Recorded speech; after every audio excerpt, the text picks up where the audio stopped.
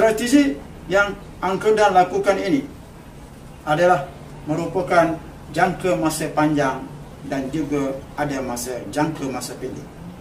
Juga sebagai seorang usahawan seni, kita hendaklah membuat beberapa strategi terhadap karya seni kita.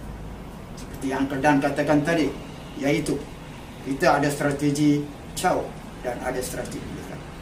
Dari segi jangka masa panjang, reproduction yang kita lakukan, yang kita buat terhadap karya seni kita itu merupakan satu strategi panjang, kerana kita boleh meletakkannya di tempat-tempat pelancong yang datang seperti di pasar seni, di KLIA, di pusat kraftangan, di mana postcard-postcard gini memang banyak terjual, dibeli oleh pelancong-pelancong yang datang ke Malaysia.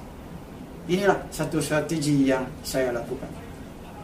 Terdapat juga beberapa pelukis yang membuat seperti ini, dan mereka kebanyakannya telah pun berjaya. Idea-idea ini kadang-kadang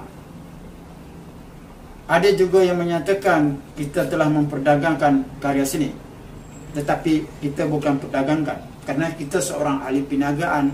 Jadi kita hendaklah menjual hasil imej daripada karya seni kita tadi. Macam Uncle Dan menjual imej lukisan Uncle Dan sendiri, dan imej ini telah memberi ulangan. Seperti juga kita menjual gambar foto kita di dalam internet. Jadi orang membeli imej seni foto, yang kita beli imej di dalam karya seni di dalam internet. Jadi kita juga boleh menggunakan strategi tersebut.